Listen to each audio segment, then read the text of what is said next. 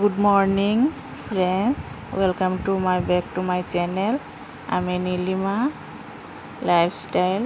আজকে পুজোর ঘর নিয়ে শুরু করছি আমার ব্লগ। সারাদিনে যা আছে সব কিছু আমি তোমাদের সাথে শেয়ার করব। যেহেতু আমি একটা পুজো করব, মানে বিপত্তারিণী ব্রত করব, তাই আমি আগের দিন সব কিছু পরিষ্কার করে আমি এই ব্রতটা পালন করব। তোমরা আমার সাথে থাকো, পাশে থাকো, দেখতে থাকো আমার মিনি ব্লগটা।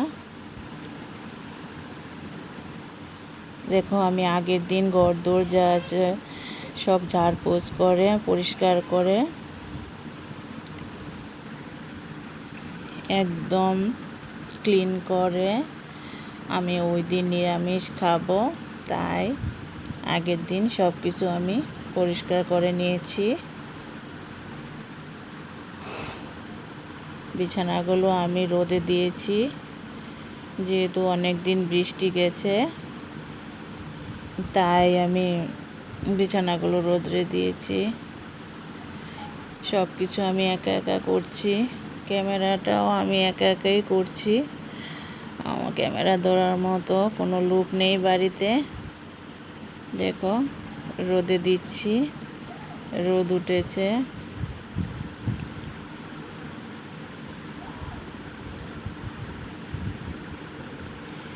জানি না গো, আমি আমার শ্বশুরবাড়িতে আমি ভালো পুত্রবধূ হতে পারলাম কি না, আর হাজব্যান্ডের কাছেও ভালো ওয়াইফ হতে পারলাম কি না জানি না, কিন্তু আমি যথেষ্ট পরিমাণে আমার পরিবারকে ভালো রাখার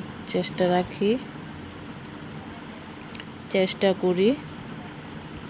ওরা যাতে সব সময় ভালো থাকে, আর সব সময় আমি আমার বাড়িঘর সব সময় আমি টিপটপভাবে রাখতে চাই।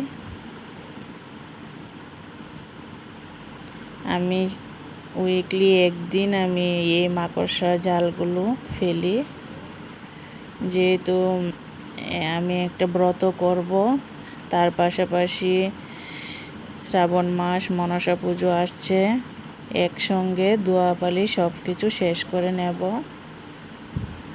এক কাজে দুই কাজ হয়ে যাবে। দেখো, এই ফ্যানটা আজকে 3 মাস হলো পরিষ্কার করি না, কত ধুলো জমে আছে।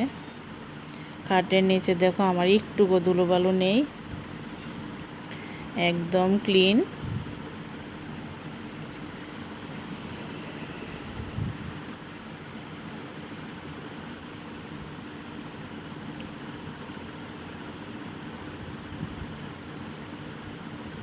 সব কিছু আমি একা হাতে করছি, আমাকে হেল্প করার জন্য কেউ নেই। আজকেও বেড চেঞ্জ করব, বেড কাভার, বালিশের কাভার, এগুলো আমি আজকে ধুয়ে নেব। আজ শুক্রবারও এইগুলো আমি করে নেব। দেখো, এখন নতুন করে বেডশিট বিছানো হচ্ছে। আমার দুটো রুমে আমি একসঙ্গে করি, সব কিছু আমি একসঙ্গে করি, আলাদা আলাদা করতে আমার ভালো লাগে না। যা করি আমি সব একদিনেই করে নেই, যেহেতু আজকে আমি নিরামিষ খাবো।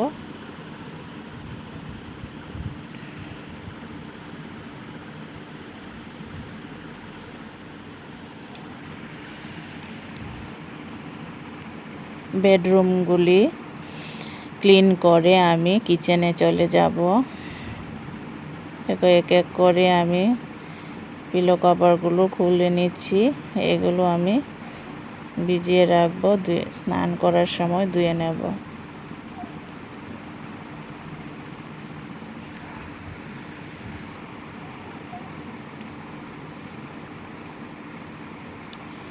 যখন বাপের বাড়িতে থাকি তখন রাজকন্যার মতো থাকি, শ্বশুর বাড়িতে এসে কত কাজ শিখেছি। আমার 18 বছর বয়সে আমার বিয়ে হয়েছে, কোনো কাজকর্ম আমি চিনতাম না। এখানে এসে আমি সব কাজ শিখেছি, আমার শাশুড়ি মা শিখিয়েছে। দেখো, আমার দুটো বেডরুম ক্লিন করে ফেলেছি।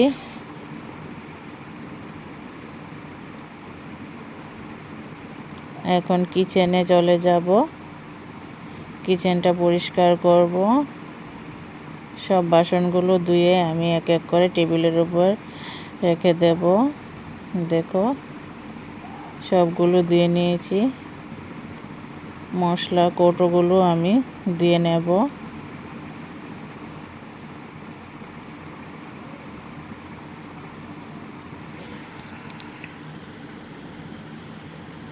একটু ব্রত যখন করব তখন একটু পরিষ্কার পরিচ্ছন্ন ক্লিন করে নিতে হয়, আর সবসময় আমার ক্লিন থাকে। আমি সপ্তাহে একদিন ক্লিন করি, সপ্তাহে একদিন নিরামিষ খাই। আমি বৃহস্পতিবারে নিরামিষ খাই, ওই দিনও আমি সব কিছু ক্লিন করি।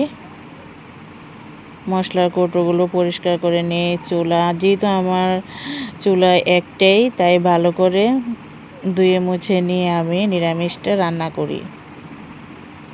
আমার নিরামিষ আলাদা ঘর নেই, যেহেতু কিচেনেই রান্না করব, তাই ভালো করেই পরিষ্কার করে আমি নেই।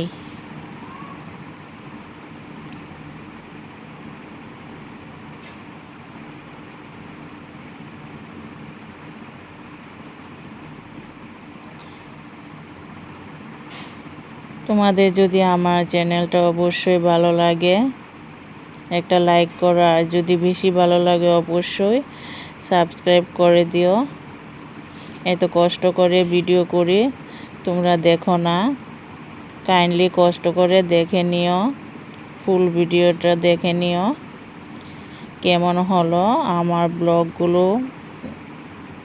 তোমরা কমেন্টে জানিও।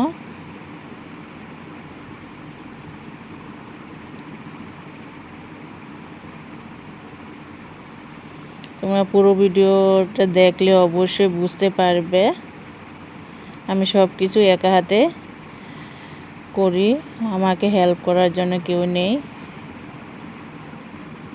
এমনকি ক্যামেরাটা ধরারও লোক নেই। আমি নিজে নিজেই করি। আর এই ব্লগটা বিশেষত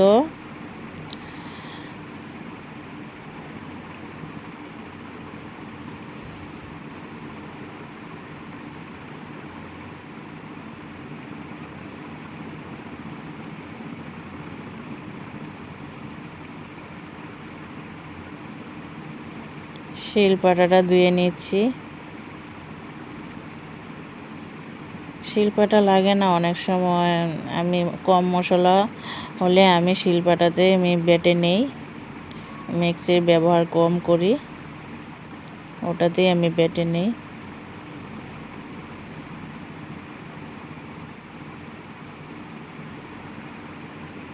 দেখো এখন উঠেছি, এবার এক্সস্ট ফ্যান ওটাকে ক্লিন করব। ফ্যানটা দেখা যাচ্ছে না, এই ফ্যানটা ক্লিন করি আমি প্রায় 1 মাস পর পর আমি ক্লিন করি। প্রতিদিন তো সম্ভব হয় না, আমি 1 মাস পর পর আমি ক্লিন করি। আজকে ক্লিন করছি, আবার 1 মাস পরে ক্লিন করব।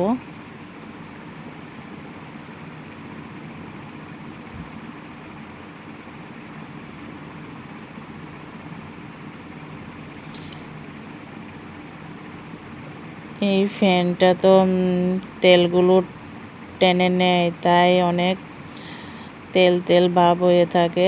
আর এই যে টাইলসগুলো তেল তেল, আমি সার্ফ নিয়েছি, সার্ফ দিয়ে মেজে নিচ্ছি, ওটা ভালো করে পরিষ্কার করে নেব। আমি আগেই বলেছি আমি 1 মাস বাদে বাদে আমি এই ফ্যানটা পরিষ্কার করি।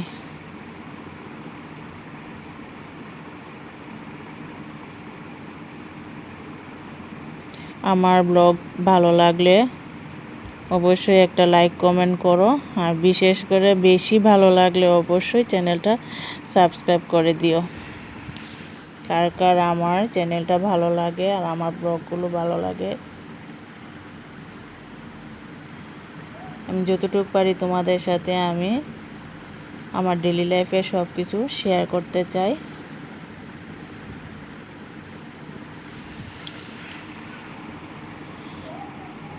বাপের বাড়িতে একটা মেয়ে সব সময় রাজরানীর মতো থাকে, রাজকন্যার মতো।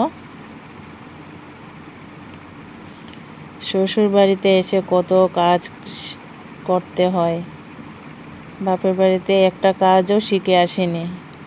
অনেক কথা শুনেছি শ্বশুর বাড়িতে এসে, আর এখন আমি 10 জনের কাজ একাই নিজে করে নিতে পারি।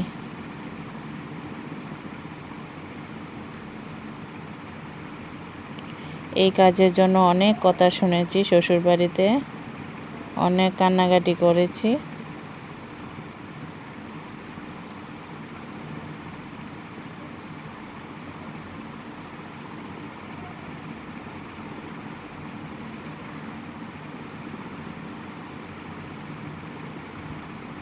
বাড়িঘর পরিষ্কার না রাখলে আমার কাছে ভালো লাগে না। নিজেকেও ফিটফাট রাখবো, বাড়িঘরও পরিষ্কার রাখবো, একদম ফিটফাট নিজের মতো। নিজের শরীরটা যতটুকু সুন্দর রাখবো, এমনি ঘর বাড়িগুলোও পরিষ্কার রাখতে, এত সুন্দর রাখতে চেষ্টা করব কি আমি রাখি।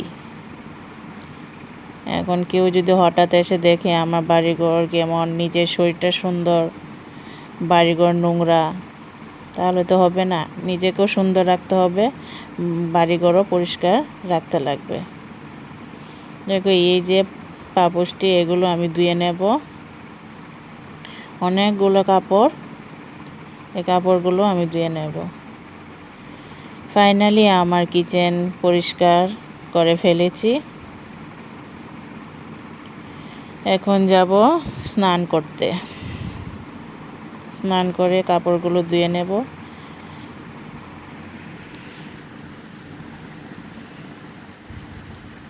স্নান করে এসেছি, বৃষ্টি পড়ছে, কাপড়গুলো ভালো করে মেলতে পারছি না, হালকা হালকা বৃষ্টি পড়ছে, তাই এগুলো দিচ্ছি। আর কাপড়গুলো আমি ওই পাশে দিয়ে দিয়েছি, বাতাসে যতটুকু শুকায়। স্নান করে এসে আমি রান্নাটা বসিয়ে দিয়েছি। আজকে নিরামিষ বাঁধাকপি রান্না করব।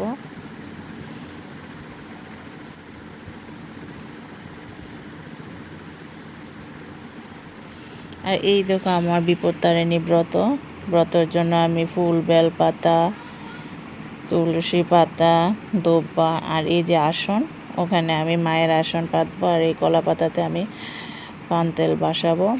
এই যে আসন পেতে নিয়েছি, এখন মাকে বসাবো। ঘট বসিয়ে নিয়েছি। আর এখানে যে তেলের ঠাকুর ড্রয়িং করতে হয়, আঁকতে লাগে, ওটা করছি। ওদিকে সিঁদুরেরটা করব। আর এখন দেখো আমি ফলগুলো কেটে নিচ্ছি।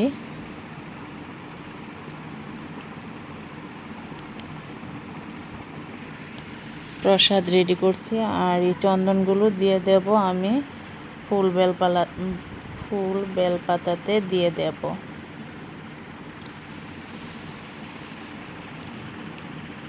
নিত্য প্রয়োজনীয় ঠাকুরগুলোকে আমি এই প্রসাদ দিচ্ছি। ফাইনালি আমার পূজা রেডি। তোমরা কমেন্টে বলো আমার পুজোগুলো কেমন লেগেছে। ভুল ত্রুটি হলে অবশ্যই তোমরা কমেন্টে জানিয়ে দিও।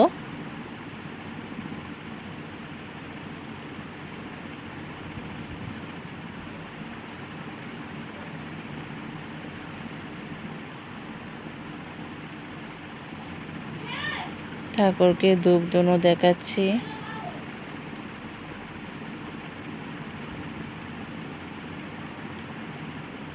প্রদীপের থালাটা দিয়ে মাকে আরতি করছি।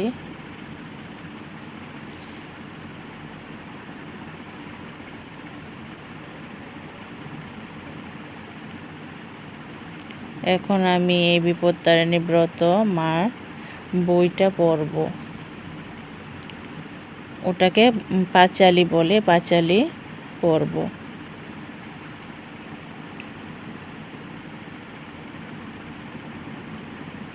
পাঁচালি পড়া শেষ আমার।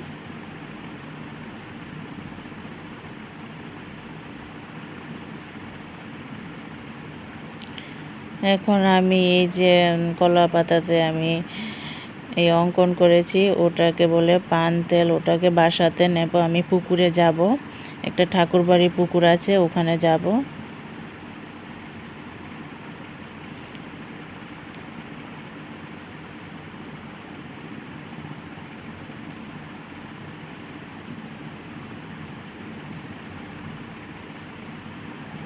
প্রথমে পানটা বসিয়ে দিয়েছি।